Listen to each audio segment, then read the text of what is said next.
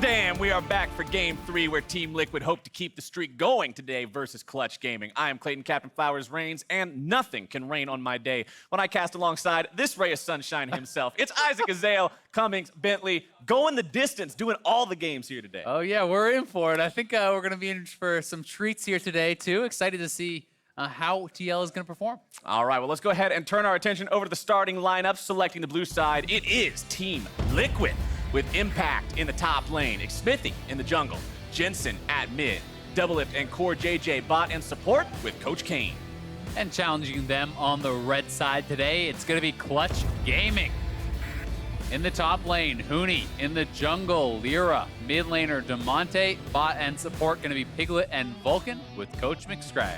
Now, in the week leading up to this match, there was excitement over the possibility that we could have the 3-0 team versus the 3-0 team showdown with these two, but Clutch came up short yesterday versus Optic. Yeah, they definitely did it, and one of the main reasons there was Lira. He did not have one of his better performances, and honestly, he's the guy who they were kind of rebuilding around for this season and has been underperforming somewhat. But you have to say that some of Clutch's biggest highlights have come from its most surprising players. Both Vulcan and Damonte have been doing really, really well, and they're not players that people expected a lot out of coming to the split. I mean, Damonte has already faced down Bjergsen and Crown, and he has looked good doing it, right? Taking down TSM, hard carry on the Akali, and now it's time to see how is he going to actually stack up against Jensen? I mean, he's kind of just running the gauntlet here. Yeah, can he continue adding more and more to this highlight reel that he's compiling at the start of the split here, or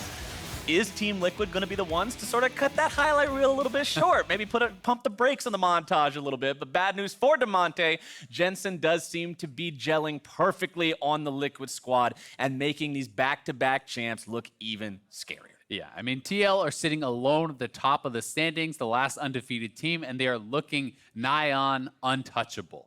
And I mean, if Lira is a weak point today, we got some more bad news for you yesterday. It's bad news after bad news. Because, yeah, yesterday, Xmithie was popping off. He was playing so damn well. So it really is tough.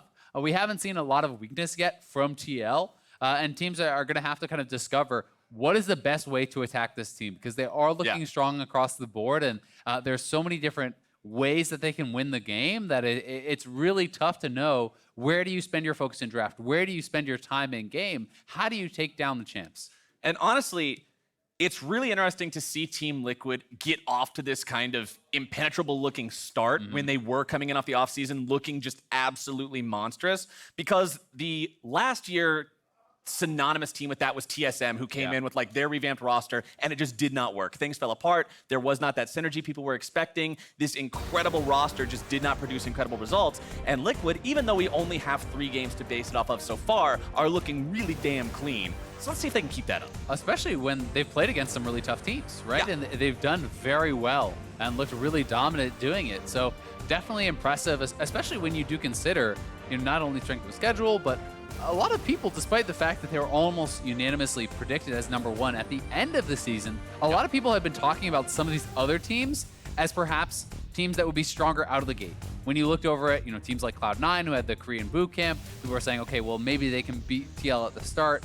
People are expecting TL to get better and better as they get more practice with Jensen and CoreJJ. If they're already looking at, you already don't lose. Well, whew. Put some thinking emojis on that one if you're having to deal with this team. But right now, that is reality for Clutch Gaming. So let's see how they do it. Alistair, Lucian, Jace, all banned out by TL. Clutch Gaming responding by hitting some of the solo lane power in the Urgot, as well as that Cassiopeia that we've seen run so rampant over Summoner's Rift recently. Yeah, we have seen a couple of Scion games already for Impact. So be interested to see if Clutch decides to take that away and force Impact off of kind of the biggest comfort tanky style champions that are in the meta right now. We did just see Solo do very well in the Orin, but Scion really is the go-to tank. And then barring that, we do see a ton of people looking at Urgot. And I mean, Scion is just the meatball in the current state of League of Legends. If you want to be frontline for your team, there's really just no better option, period, for initiation, for laning, for CC, for the fact that pressing Stoneplate can give you 12,000 health and you're strong on a Baron. Yeah, the Darshan game yesterday. 48-minute Scion is actually just a behemoth. But this time around, we are going to see Team Liquid pick up the Akali for themselves first pick. Okay, and this definitely can be a flex. You know, most people I think would be expecting this to go to Jensen. That is certainly more his style, but Impact definitely could be grabbing that up on the top side. Lissandra, another flex that can answer well into the Akali here. A Caitlyn is a little bit surprising. We've been seeing so few Caitlyn picks. It has almost always been ban Lucian, one guy picks Ezreal, the other guy picks Kai'Sa. So going to be exciting to see how this Caitlyn is going to be able to perform. And it always has been one of the specialties I've looked at and thought of Piglet, especially when paired alongside a ranged support. We have seen, you know, things like Caitlyn Morgana be very successful last split, used as a kind of a counter to Zyra Khan when that was in the meta. So excited to see if they can kind of shake it up a little bit and show us a new way to punish some of these lanes. And I mean, Caitlyn is one of those champions that fits the bill for the way Piglet likes to play League of Legends, right? I remember back in the days of the Ashe Jhin bot lane meta, really was not a good look for Piglet just because those sort of more supportive AD carries were not the thing. Well, getting headshots, racking up big damage numbers, quadruple digit type of DPS, that's exactly what this guy wants to do. We'll see how well that works out for him, as he will be going up against the Lee Sin and the Aatrox. Remember, Aatrox did take some nerf bat hits in 9.2. Yeah, it definitely has. But I mean, a lot of these champions that took some nerfs have still been by far the highest priority picks in pro play. When you're looking across, you know, Cassio, Akali, Aatrox, Urgot, like all these champions, a lot of champions that took some hits are still right there at the top. Pros are extremely comfortable playing them. And whether it is that they haven't adapted and found some of the new picks that may be more powerful, or they just think that these still are the most powerful, remains to be seen. But it's going to be exciting. And we're going to see Rumble again. We got to see this yesterday with a Dark Harvest in mid lane. And I remember talking to you a little bit about this behind the scenes. Break down the Rumble for me a little bit here. Yeah, I mean, I think the Rumble mid can be very effective, but talking specifically about the Dark Harvest, I think if you're going to be going sorcery secondary anyway, so it's the sorcery plus domination combo, going for something like Comet is just kind of more effective. It's so much more early game power. Dark Harvest really has to stack up a tremendous amount before it becomes strong these days. And you can still grab Ravenous Hunter and Taste for Blood as your secondary to really grab those important runes from the domination tree. So we'll be interested to see which lane this goes to, expecting it to be Huni, and if he's going to go Comet or you know, emulate what Crown did yesterday with the Dark Harvest. Well, with 3 picks on each side, that means we are into the second phase of the bans here, and it looks like Clutch Gaming says, hey, we got our AD carry. Let's make sure you don't have fun picking yours. They're going to remove Xayah and Kai'Sa from the table, and Camille will be eliminated by Team Liquid. Yeah, notably, Ezreal is still up, so it very much feels like Clutch is trying to make Doublelift pick Ezreal, and that may specifically be what the matchup they're looking to play here with the Caitlyn. Would be interesting to see what style support they actually want to pair up with this to try to really dominate against that Ezreal. And if jungle does get locked in here, they're saving their support pick for last, so Vulcan may have a surprise in store. But it definitely feels like TL should know where they're being led, and will they go to that, and will they be able to be successful with that Ezreal either way? Well, it was double jungle bans coming out from Team Liquid, which will put Clutch Gaming into picking the Olaf there for Lira. So we'll see how that early game jungle pressure and presence can work out for them. As Team Liquid says, you want us to pick Ezreal? We're not going to play your game. We're picking the Sivir. Yeah, you can see Doublelift having a little bit of a laugh about it. You know, was chatting pretty heavily with Kane there about what the pick would be, and I think this is, you know, a pretty intelligent one. Sivir is a bit down as far as the priority goes in pro play, but is seeing some play. It is actually the next most played marksman after Kai'Sa, Lucian, and Ezreal, but that is, you know, 8 games compared to like 30, right? So it's quite a bit down. That being said, is a strong scaling pick, has a tremendous amount of wave clear, and thus sometimes can be a lot harder to dominate, because oftentimes the way Caitlyn really is getting those advantages is by shoving in someone like Ezreal, working away on the turret, you know, pressuring through that, and Sivir is someone that with some items and some levels really can kind of stall out that game plan and clear out those waves. And the final piece of the puzzle here will be Braum for Team Liquid, as that will be there to help sort of protect that Sivir that we know has no built-in flashes and dashes and escape mechanisms. So with the Braum there for the shield, that'll protect him a little bit better. And Clutch Gaming decides for the Lulu. Yep. So this is definitely making a lot of sense with their game plan. You save the support pick for last. You go for something very lane dominant. The Lulu certainly should have priority over the Braum. If Clutch want to have success, I think their bottom lane has to be winning in the 2v2 certainly. And if they can accomplish that, if they can hold Doublelift down, you look across the board, that's a lot of dive. That's a lot of ways to attack Doublelift in the back with Lissandra diving in, Rumble ultimate getting layered on top, the Ragnarok Olaf charging in, right? This is pretty powerful and very heavily targeted at the bottom lane. So that is the clutch answer. That's how they say you beat Team Liquid. Also worth pointing out, we did initially assume that the Akali would be going over to Jensen on the side of Team Liquid, but that will be piloted by Impact this game. Impact has always received praise in the past, most for his tank play, for his frontline performances. We'll see how he can do on this diver, on this backliner, on this assassin. Is using Prestige KDA Akali, so at least he's got the style points in nice. check. Yeah, he's gonna look nice while he does it, whether he brings it home or runs it down. At least he's gonna be looking cool doing it. Yeah, he's gonna be looking good, and worth noting, it is the comment for Rumble. So, okay. As expected. They were thinking the same thing you were thinking. Yeah, I do think it is, a pretty strong answer there. Guaranteed to land with the Harpoon. Some pretty cool interactions there with Rumble, also into the Akali. The Shroud does not offer a tremendous amount of defense against the Rumble, as the Flame Spitter will reveal your shadow, and you can just continue burning up the Akali even in that Just always Shroud. click on where the shadow is. He'll keep the flamethrower pointed, and Yep.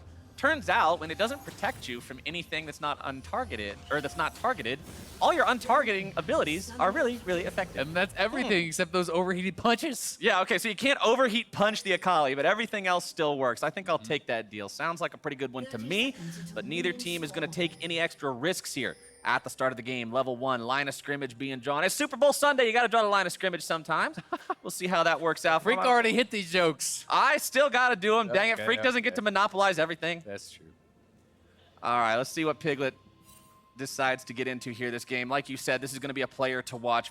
His performance is going to be very critical for both sides, depending on whether or not he's ahead or behind. Caitlyn, one of those champions that traditionally, too, when you look at the champion's performance in the past, lane bully, dips in the mid game, comes back once she has the 3 items, and then becomes that late game powerhouse. So if you don't have the good early game, if the mid game is even slower than you anticipate, that could really drag the team down. Yeah, it really can slow things down. But I mean, if Clutch can get to these, these later stages, have a strong bottom lane duo, be winning down there, then their team fight is looking pretty damn good too, right? Yeah. You have a lot of dive to attack Doublelift.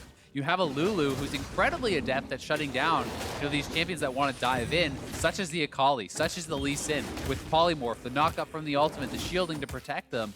That can be pretty difficult to answer. So I like a lot of what Clutch has done in the draft, but as we know, it's going to come down to execution. Absolutely, and talking about execution, remember to keep your eyes on the men with the smites this game. We were talking so much about how yesterday's performances looked bad for Lira and good for Xmithie, and now Team Liquid's jungler is finding his way into the bottom lane very early. Flash is already going to be used on both sides. Damage coming through. First blood going out. Team Liquid catching in, but Huni's made his way into the bottom lane, looking to grab one in return. Xmithie barely getting himself away. Lira wants to move in with the undertow, and he'll find it. He'll ask him a question, and that's 1 for 1. Nicely done, trading back there, but it is an expensive trade as Huni has the TP and Flash down there to the bottom lane. And you can see Impact actually is setting up a soft freeze, so he's trying to deny a lot of the experience and minions away. It is the buff transfer though, and Lira is going to be feeling pretty good about that. Let's take another look at this. Xmithie going for the early gank here right after the red. Yeah, this is really intelligent target selection. This is something that perhaps Clutch should have been more aware of, the potential of that level 2 gank, but without the leash, they weren't expecting it. The early TP coming down from Huni. They proc the Braum stun very quickly to try to peel for him, but in goes Huni, hits the auto, the axe comes through, and they are able to clean that up. And we'll have to see, was that worth the investment? Because Lira got ahead, Huni got put behind, and the bot lane is feeling pretty good about that from TL. And when we look back earlier, just a week ago at the start of the season, what we were hearing from the players, from the teams, Huni's talking about how it's not just the Huni show anymore. It's about how Huni can enable the team. And sacrificing the state of your own lane to make sure things stay in equilibrium bottom does look like that new leaf turning over for Huni. Yeah, I think that's actually an excellent point, especially when you're considering what we talked about it as kind of win conditions and draft conditions. They put the support as the 5th pick.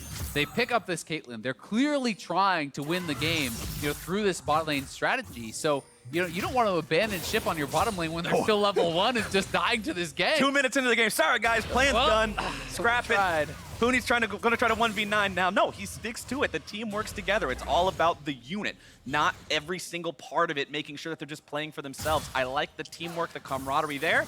And you can see in the jungle, Lira off to a very solid farm advantage over his opponent here as well. And the Olaf just very good at clearing through the jungle early on. Yeah, and critically, Huni, he was actually able to hold the wave a bit. So Impact didn't get to fully reset the waves. That means that Impact has to commit his TP to actually bounce the wave, shove it in, and Huni was able to hold that well enough that he picked up quite a bit of farm. Yes, he's still going to be a bit behind, but this is not any sort of monumental lead by any means. I mean, you've got a cannon minion still alive for each side, one extra minion alive on the side of Huni, so he's going to be either 5 or 6 down. That's one wave, but for equalizing bottom and making the play happen, I'd say that's a worthwhile trade. Yeah, definitely well handled, especially when you take into consideration the jungle lead, right? There's the early Predator boots are complete.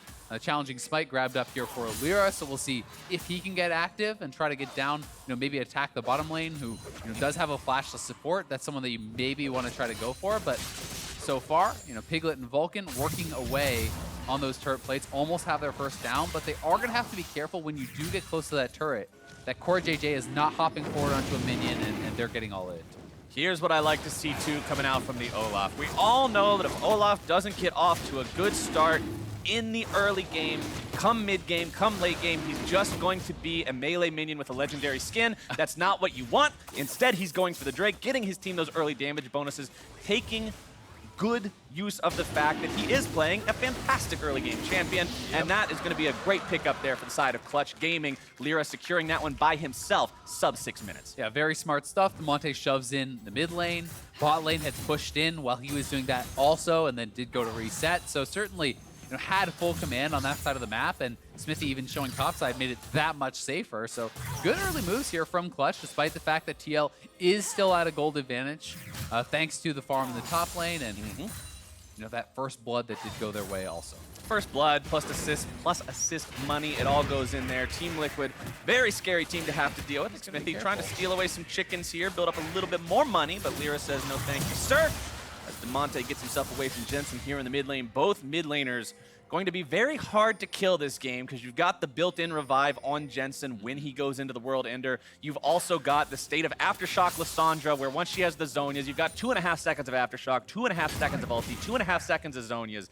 It's just so hard to kill. Damonte will be yoinked back in there by the chains, but he's fine. I actually really love this roam from CoreJJ, and I think it's much less about getting a kill and more about allowing Jensen to get a good reset.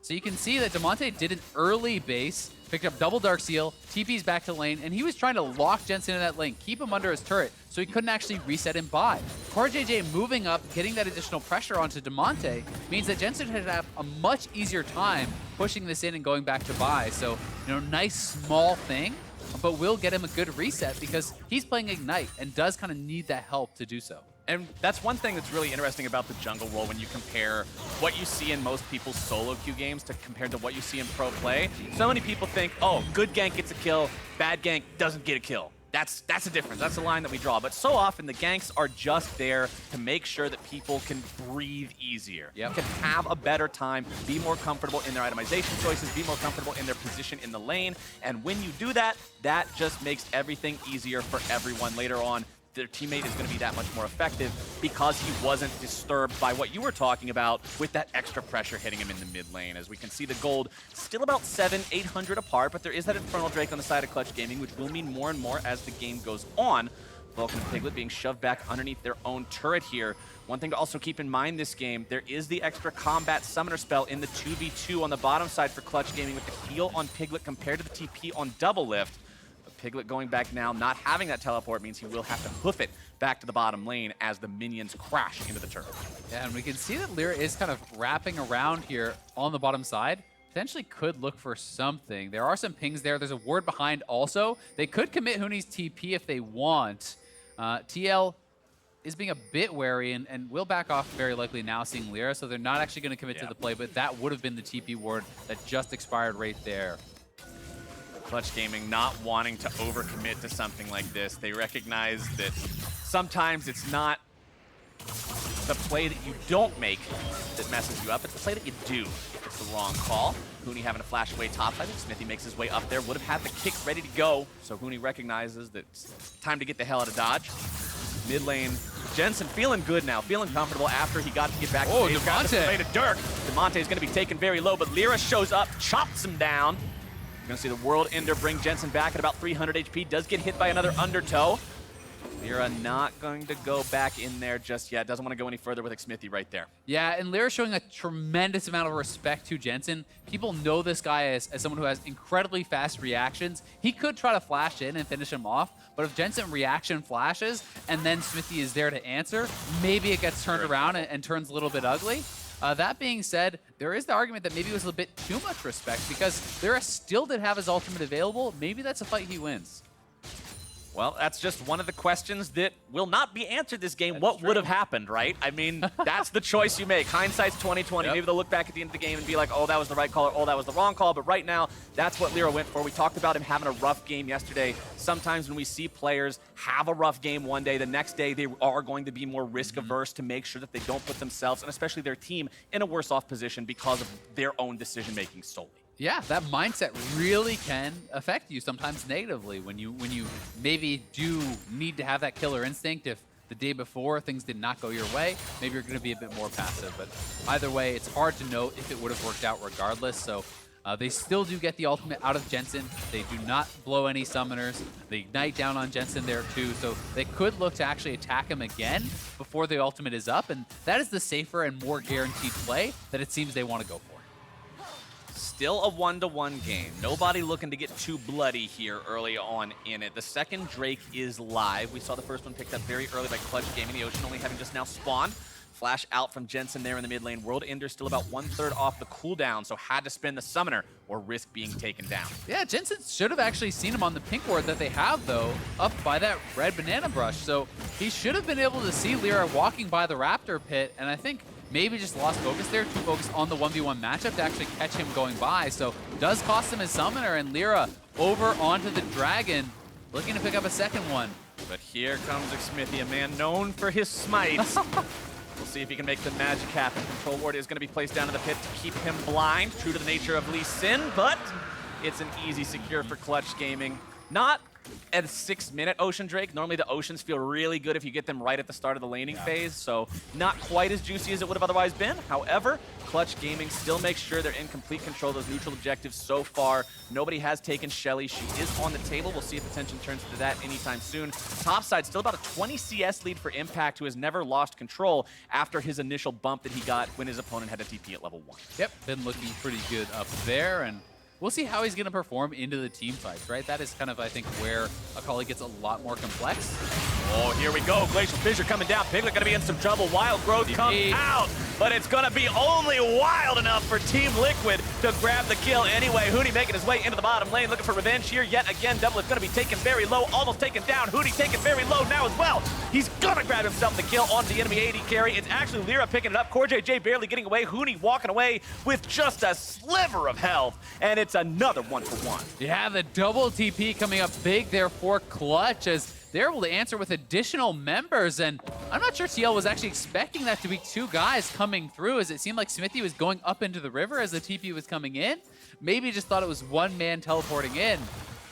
Jensen is able to get at least 1 turret plate there because he cannot match the roam, so if you're going to be that late, pushing it up is the better play. Deny some of those minions. Now grabbing even a 2nd turret plate for himself, so going to be getting a nice little chunk of change.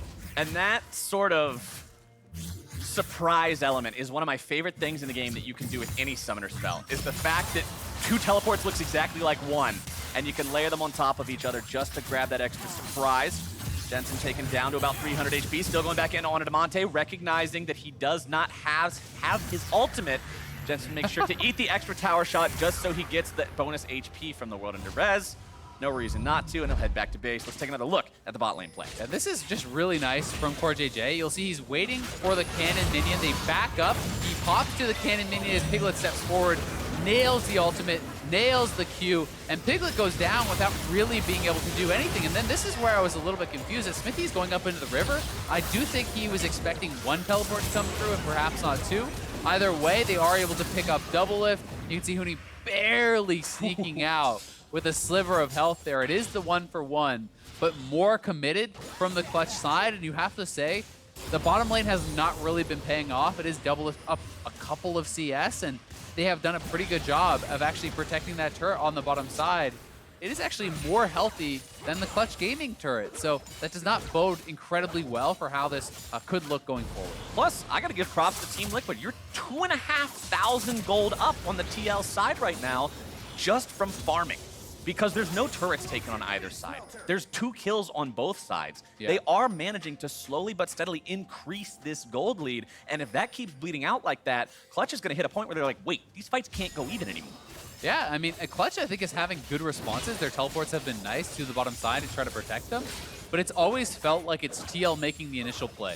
They're first to make the move, and it's kind of costing them less oftentimes, right? Yeah. They have one member TPing down there, and they trade 1-for-1 versus the 2 from the other side. You know, it's Xmithie getting that level 2 gank that gets a kill, and Huni having to give up a lot to answer. So, you know, Clutch is doing a good job kind of trying to go punch for punch, but it seems like TL is having more land. Now Team Liquid recognizing their opportunity to finally grab one of those neutral objectives. Xmithie moving into the Rift Herald pit to try to grab this one.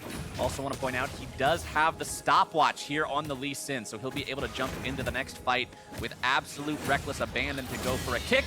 As we can see, Clutch Gaming not able to move in time there to grab that eyeball. Turret plates, you can see 3 taken for the side of Liquid, 2 for the side of Clutch Gaming. Roughly 2 plates is equal to a kill. Yep. So considering Team Liquid got 2 more plates, it's essentially like the kill score is 3-2. Yep, and Jensen was actually the one who picked up 2 of those plates right in the mid lane off of the last TP from Damonte, right? So despite the fact that they traded back a kill with the double TP, you could say that's equalized from the turret plates and some of the farm and experience lost as well. I actually really do like the turret plating addition to the game in general. It adds an extra element to consider as CoreJJ.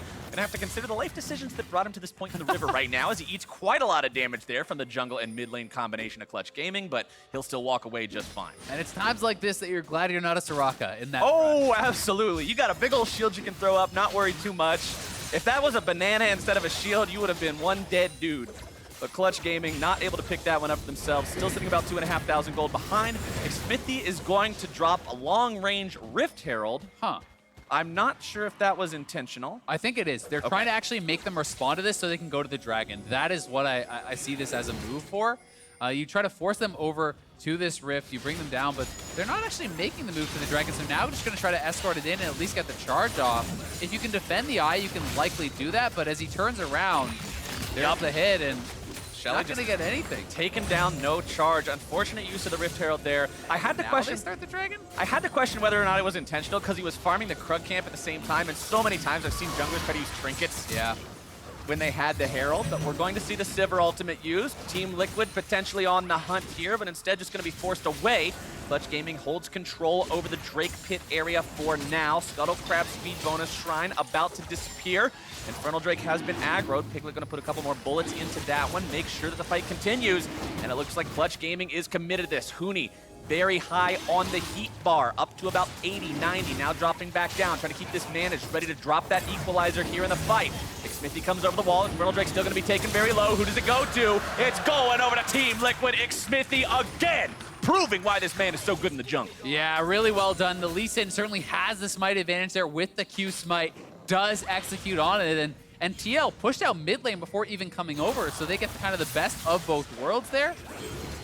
But definitely a bit of a crazy series of events, as it looks like they're trying to at least threaten a dive, but Jensen gonna have to blow the ultimate at the very least here. Jensen eating a lot of damage, instantly has to waste his res on the World Ender. It brings him back to life, it keeps him alive, but that means that there's no real ability for him to re-enter this fight, and Team Liquid's ability to force that now is completely gone. Clutch Gaming will hold the line and hold that mid-turret. Yeah, it all ended up kind of working out for TL, but you definitely can question the usage of the Rift Herald. You know, if you're not going to be able to get it to the turret, they should have just immediately started up the dragon, and maybe they could have got it uncontested.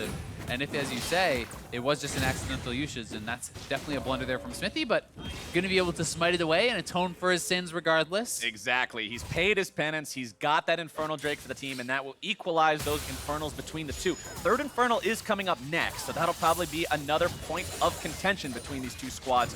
As we are almost to the 20-minute mark, Team Liquid's lead still steadily but very slowly building up to about 3,000 gold now. Still no first turret. 19 minutes into the game. Clutch Gaming trying to force the issue here in the bottom side, recognizing their own tier 1 down here is about 10% HP, trying to take the Team Liquid structure first.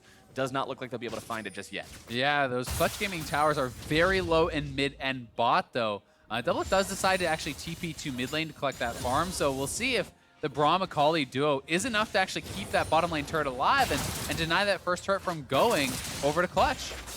Clutch still trying to make it happen, but still being repelled time and again. Doublelift and Xmithie hanging around down here too means Clutch decides it's time to just go ahead and give it up on this one.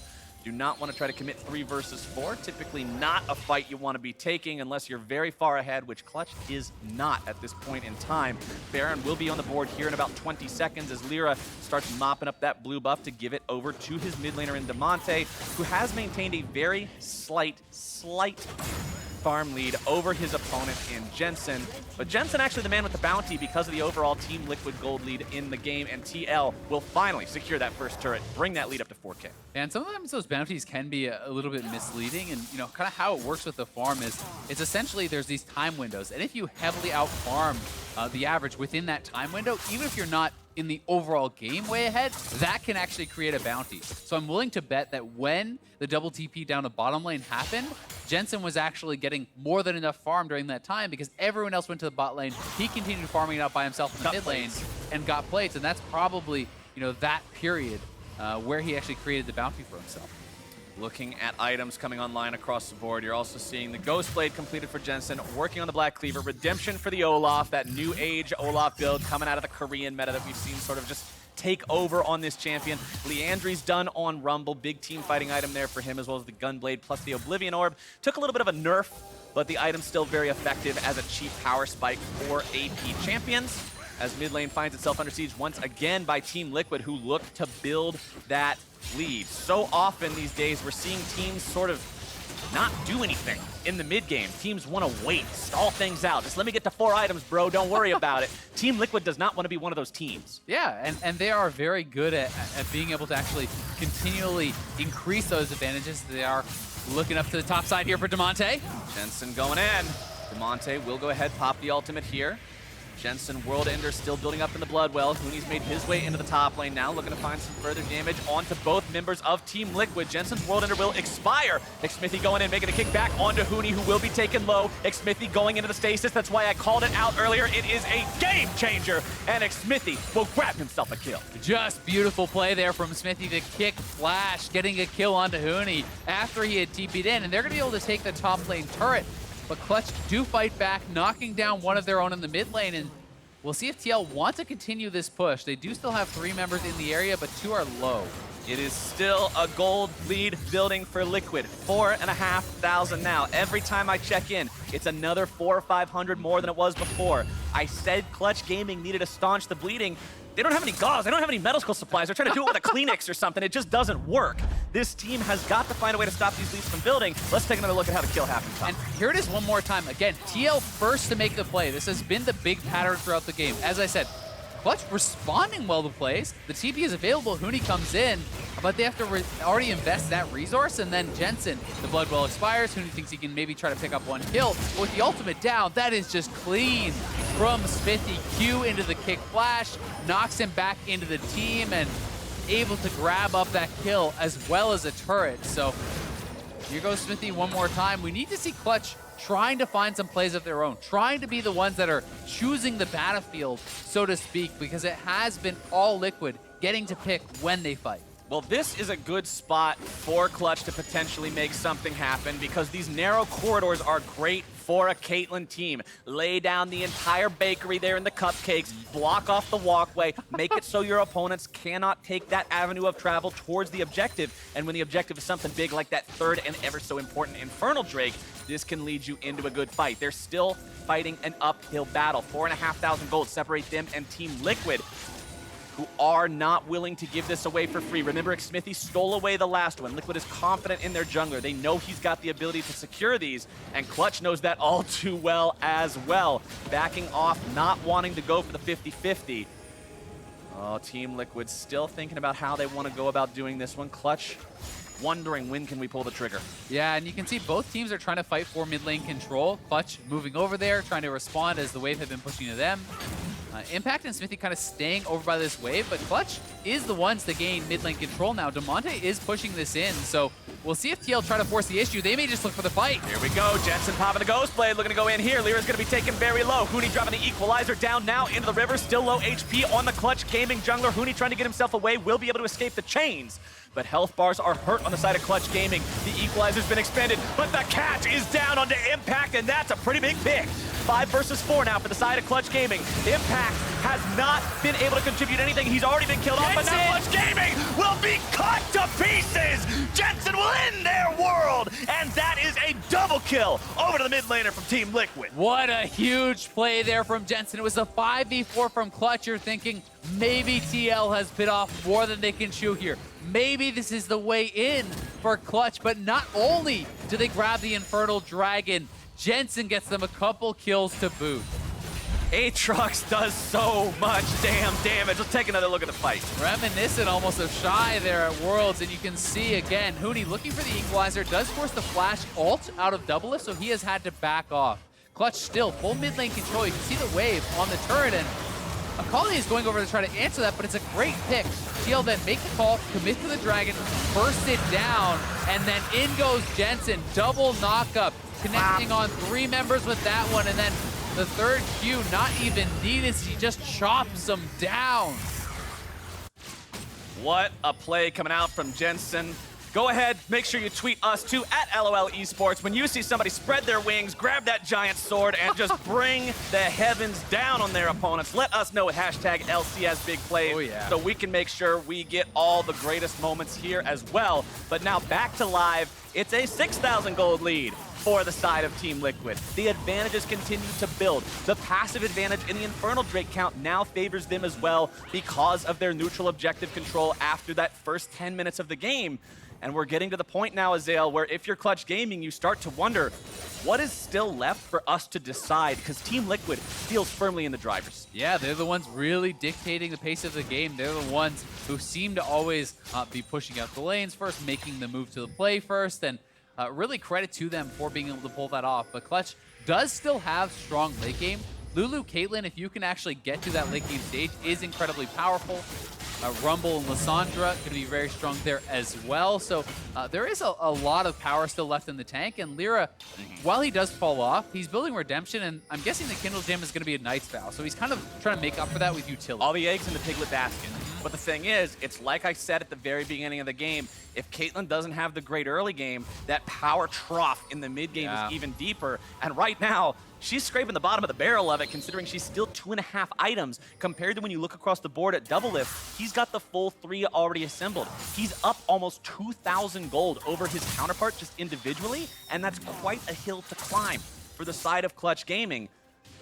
We'll see how they can do it, but Baron is now also got to be on the minds of everyone on the Rift here today, because that will be where you see attention turn too soon. Once you start to get more close to that 30-minute mark, it becomes that much easier to take it down. When your AD carry's got 3 items, when you've got a damage-heavy composition like this, ooh, it's scary. Top lane tier 2.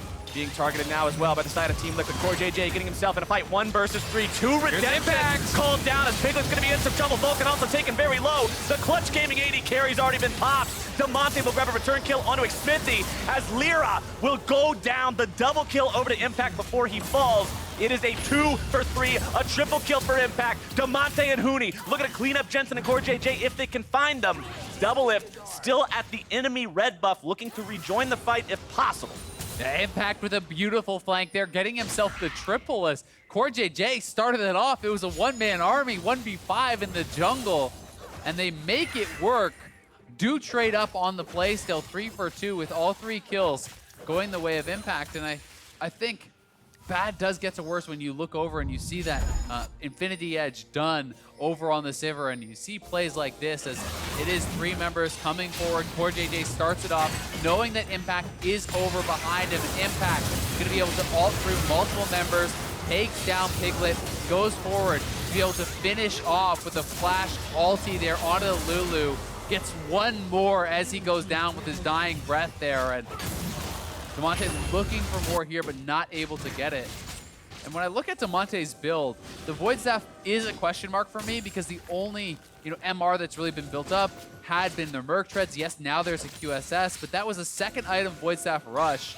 And that does reduce your playmaking ability when you're looking over at something that it could have been, such as Azonia's building towards that, when there is a lot of damage coming out and that would allow you to maybe dive in and make something happen a bit more. A little bit of a number crunch for everybody out there watching right now. Void Staff is very cost ineffective in terms of just the AP it provides.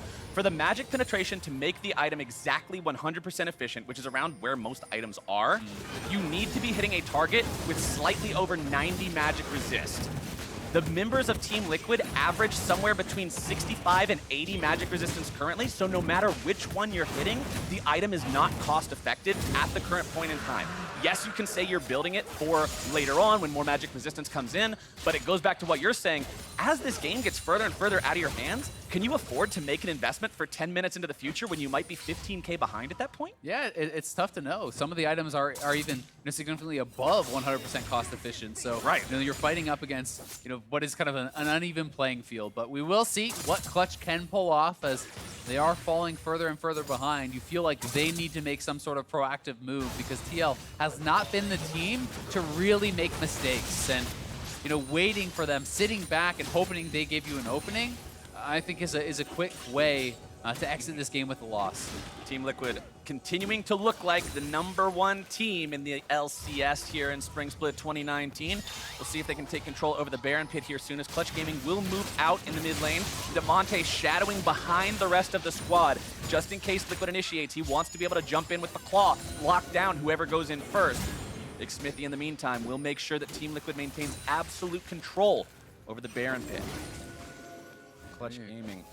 They're trying to rotate through their own jungle, but you can just see the measured movements. The fact that Piglet has to put down a trap in every single brush. They've got to be so careful even in their own jungle, is it? Yeah, and I mean, they're losing this wave. A lot of it has been kind of dying to that inhibitor tower because they know they can't risk giving up the Baron. That would be kind of the death blow there. So Clutch moved intelligently as a squad forward. Remember, they do not have a tank support who can just face check this. It is a Lulu, so you have to group up. You have to walk in with the Olaf first and try to reclaim that vision. Deny TL from really taking over that quadrant, or it'll be too easy for them to grab the Baron. Too easy for them to close out this game. More heavy damage itemization coming in here as well from the side of Team Liquid. Duskblade onto Jensen, going for the double lethality. Not an item you traditionally see a ton of on Aatrox. Definitely not a staple item like the Ghostblade and the Cleaver are. But if you want to one-shot somebody, double lethality is an easy way to do it, especially if you can get the unseen damage bonus, just pop out of the brush on the flank and manage to hit someone. Exactly, and I mean, that in combination with the Deathbringer stance, that first auto, that First auto is going to hit for 4 digits. You're just going to wonder what the hell happened. Yeah, I have seen these builds. You take out the Black Cleaver, you add in a Stormrazor, and the first auto just like one-shots you. So you got to watch out. Got to be careful for those ones. All right, Clutch Gaming. You got to be aware of this. You know it's double lethality. You know it's a Team Liquid squad with a 9K gold lead. You know things are getting dire. What do you do at this point? Because Team Liquid will just keep knocking these structures over if you give them the chance. Clutch will continue to hold the line here for now, but you can see they've got 1 ward down around the tier 1 turret ruins of their opponents in the mid lane, which, by the way, is the only turret Clutch Gaming have taken the entire game. Feels bad, man. But that is the only ward they have past their own half of the map. Yeah. Things are really in a defensive posture for these guys. They have no ability to pressure anything. And it is a solid ward if you were to look for a TP flank. If TL is actually pushing up for that tier 2, and that may be somewhat the thought process there. But TL definitely has the vision control, a couple things over by that Baron pit, 3 to be exact, and they are stacking up item after item. Doublelift goes back and buys up a full Mortal Reminder, so he's essentially full build at this point. Yes, he can complete the QSS, but he's not getting a tremendous amount stronger, and Piglet still has quite a bit of work to do to catch up. He will have a lot of protection. There's double redemption, there is a nice vow, so that is quite a bit of peel in addition to that Lulu, but we'll see if it'll be enough, and if he's going to be able to pump out enough damage with the Akali and the Aatrox and Lee all threatening and running at him to really match this Sivir. And I really like Mortal Reminder here as well. When you're up against champions that can heal so much, like Lissandra, like Olaf, like anybody on a team with 2 redemptions, being able to cut the healing in half Very, very useful. I actually think that Grievous Wounds is criminally underrated, Yeah. even in pro play still. I sometimes see a game where you have multiple sources of healing and not enough Grievous Wounds on the other side, and you're just thinking, you can do so much if you would just buy this thing. Yep. Really like seeing the fact that Team Liquid has both that and the Morello Nomicon on Impact's Akali there in the top lane, who, by the way, currently has a 700 bounty of his own, doing pretty well on this champion that, as we commented at the beginning of the game, stylistically a departure from what we normally like to see Impact on. Yeah, but has been performing well. You know, he's up against Huni, who is known for those carry versus carry matchups, and Impact's doing a great job. Here goes the Oh, CoreJJ going in, looking for the Glacial Fissure. It's going to be Lira having to pop the Ragnarok, but Piglet has been popped himself. Clutch Gaming's already lost their 80 carry. What other cost will this fight carry? It looks like it might be Huni on the bottom side. Impact going into the stasis to just make sure he keeps himself safe, as that is the sign for Team Liquid to go for Baron. They say we're 10,000 gold ahead, you're 80 carries in the dirt, we are taking this Baron, and this could be the death knell for Clutch Gaming. Yeah, and it should be their Baron. They're going to TP in and try to actually contest it. We'll see if they can make anything happen here, though. It's a Rumble with no ult. What's he going to do? Yeah. Menacingly look at you while you take it? This is not a play that's going to work out too well for Clutch. They spin the teleport, they get nothing out of it, and Team Liquid goes home with those amazing purple symbols swirling all around them, ready to make the push, and it will be nigh impossible for Clutch Gaming to resist. It's going to be so tough. They're already in such a strong position. I've done such a good job kind of strangling Clutch out of this game very, very slowly, and now with all the additional power from the Baron, double Infernal, as all this damage being built up, they're going to be so incredibly strong and could look to close it out. And talking about Team Liquid, we introduced this set by talking about how this team is the #1 team in the league. They look like the #1 team in the league. People were expecting them to be the #1 team in the league. And when you're expected to be #1, what I look for is, okay, now what tells me you are truly great instead of just better than everyone else? And the #1 thing I look for to make a team better than good is a clean finish. With this lead, Team Liquid should end the game on this Baron. Let's see if they can find it. Xmithie will be kept alive. Good teamwork there, making sure that the jungler doesn't get taken down. Here comes Huni's always going to be Jensen. eliminated. So much damage coming out from Doublelift. Jensen wants to go into the middle of everyone, able to find a little bit of damage. But Damonte stays alive with the stasis. CoreJJ having to go into it himself to keep himself alive. Damonte brought down next. Piglet going to evaporate under the might of the boomerangs from Doublelift. Team Liquid, 3 down on the side of Clutch Gaming. They should do exactly what I just proclaimed and find that win right here. Yeah, that's going to do it here. Can easily end through top. No chance for Olaf and Lulu to hold on against 5 TL members looking to stay undefeated. It looks like 4-0 is not just the dream, it's the reality. Here for the predicted best team in spring 2019, Team Liquid makes it look easy and take down Clutch Gaming 36 minutes in. A very clean game here from TL, showcasing some different playstyles, some different champions as well. Impact able to bring out the carry, looking good on the Akali, and Doublelift, I do think they were trying to draft him into a corner there, trying to get out the Ezreal perhaps. The Sivir worked out incredibly well. They kept their turret alive. Good early pressure from Xmithie, good early moves to that bottom side. I think really set up the Sivir for success, and in that late game, it really paid off. They're trying to draft him into a corner. I'm just thinking it looks like an episode of an old Scooby-Doo thing. They just run under the guy's legs and get out of the corner. It's not that big of a deal. Doublelift getting himself the Sivir, staying away from that sort of trap that Clutch Gaming set. And Clutch just could not find the advantages you said they needed on that Caitlyn and Lulu early on in the game. Yes, we saw some team play from Huni, the level 1 teleport, putting himself behind in his own lane to make sure bottom lane stayed equal. But this was just a showing of how high caliber the players on Team Liquid are. Doublelift's ability to outperform, outfarm, and outcarry Piglet, as well as Xmithie's just general jungle presence. The objective steals are always there with this guy. Liquid's looking fierce. Yeah, they really are. And honestly, I think Clutch played a solid game. I think they had an intelligent game plan coming in. I think everything was pretty good, but Liquid just did it that much better. You know, Right. The biggest difference here was both teams were playing well together overall. Both teams had a good game plan, but TL was always first to the punch. They were always the ones forcing the issue, always the ones forcing the fight. And it was Clutch who constantly had to respond and was just a little bit behind on every play, which slowly built up and built up and built up. Proactivity is a hell of a drug. And to give us more on the victory that Team Liquid just claimed, Akali is standing by with the Team Liquid jungler. Thank you, Flowers. Xmithie, congratulations on the win. 4-0 for Team Liquid and 4 great games of Lee Sin for you. Are we looking at your new signature champion? Maybe, I don't know. Like, I don't even need to go to our pick and ban phase anymore. My coach just tells me you're gonna play Lee Sin tomorrow, so I just go sleep. That's what makes Kane the best coach. But looking at the pick a little bit more, what about that champion enables you to do what you need to do for the team? I think it's just a pretty versatile champion. Lee Sin doesn't really need to make plays early, but he can also. Yeah, especially that game, we tried to make an early game play. It didn't really went into my favor, but on my team, like top lane was really screwed at the beginning. And Team Liquid is sitting really pretty at the top of the standings right now. So when you guys are in that position, where do you look for improvement? I think our biggest opponent for now is just ourselves, just trying to improve on our mistakes. Every time we win, like we still need to make a lot of improvement. And yeah, it's just up to our coaching staff to make that happen. And for you personally, are there any junglers or teams out there that you are excited to play against?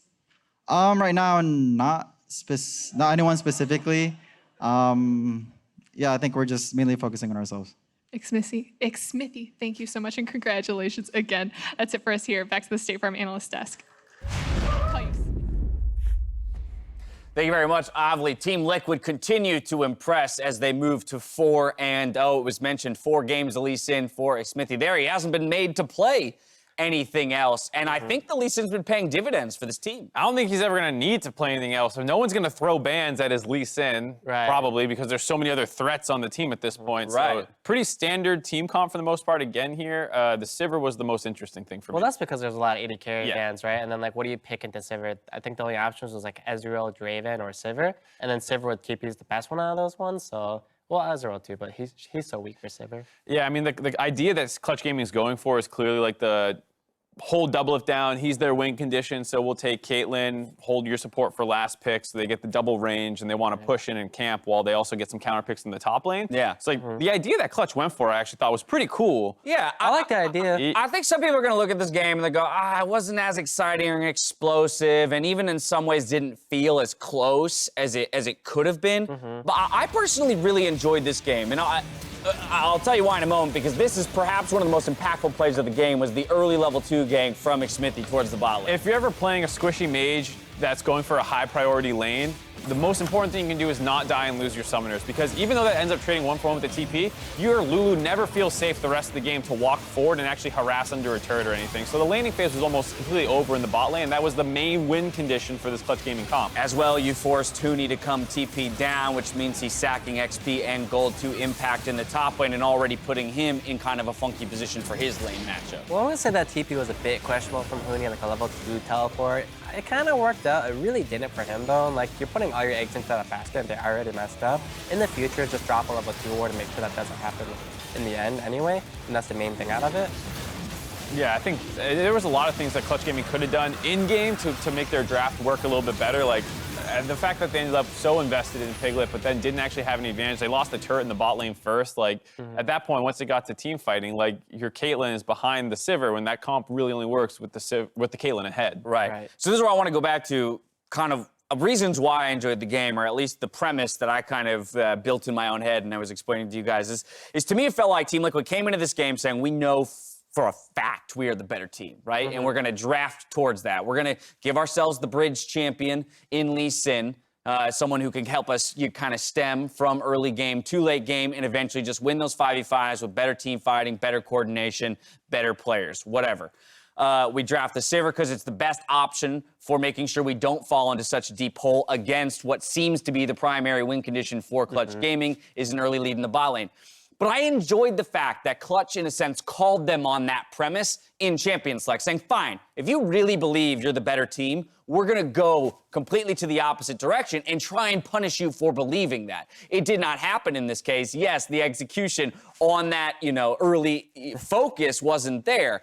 But I appreciate that somebody is saying, all right, if Team Liquid thinks they're the best late, and maybe we even think they're going to beat us late, let's really go in the other direction and try and challenge them and throw them off kilter. Well, it was more about that they feel as Team Liquid's a bottom lane center-focused team, right? So their entire game plan is like, we're going to pick the stronger 2v2, and we're just going to crush you guys. That faltered, and then the game plan is out the window, right? It's not about the better late game. It's more about your win condition is playing through either Jensen or Doublelift, and recently it's been Doublelift.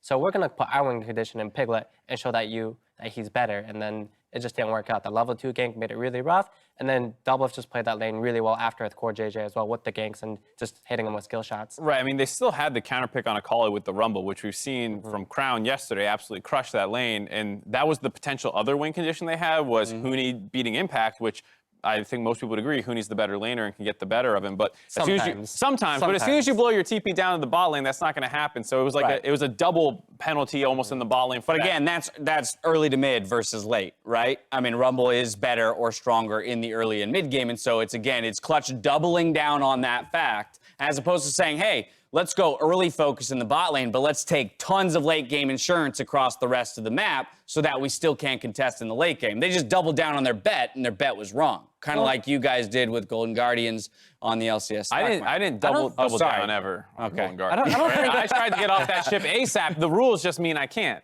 Yeah, you're trapped with your investment, right? Like I was trapped with 100 Thieves. Can anyone beat Team Liquid? That's my final question here. Based on the way they look through 2 weeks, do you think anyone's going to take this team down?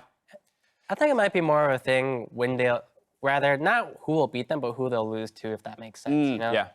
Yeah, I think that's exactly what I was saying when we had the overreactions to the top of the day. It's like, who can field a better roster than this realistically this year? Like, probably no one. Probably no one. It's so hard to make mid-season upgrades, but that doesn't mean Team Liquid's never going to lose. They'll falter at some point. It's a matter of when and where and who against. For Game 4, TSM and FlyQuest square off on Summoner's Rift. We'll see you back here in just a bit.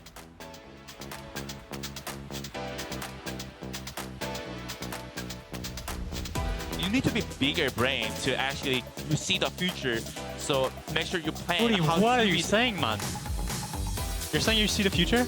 Yeah, because my brain is too big. The flash is already going to be used on both sides. Damage coming through. First blood going out. Team Liquid catching in. But Huni's made his way into the bottom lane. Looking to grab one in return. Xmithie barely getting himself away. Lira wants to move in with the undertow, and he'll find it. Can we fight? I think so. Akali, one shot. Nice. Keep going. I have ult still. Hitting Dragon, I think. Yeah, they're just let's fight. No flash. I'm going. Lumber flash. Nice, you can go. Piglet's going to be in some trouble. Vulcan also taken very low. The Clutch Gaming AD carry's already been popped. Damonte will grab a return kill onto Xmithie. Jensen wants to go into the middle of everyone, able to find a little bit of damage. But Damonte stays alive with the stasis. CoreJJ having to go into it himself to keep himself alive. Damonte brought down next. Piglet going to evaporate under the might of the boomerangs from Doublelift. Team Liquid 3 down on the side of Clutch Gaming. They should do exactly what I just proclaimed and find that win right here. You've got your own car with your own insurance. Thanks, Steph. No more driving that old hand-me-down. Surprise! No, I'm not gonna get a date in this. We had a lot of great dates in this car. No, ew.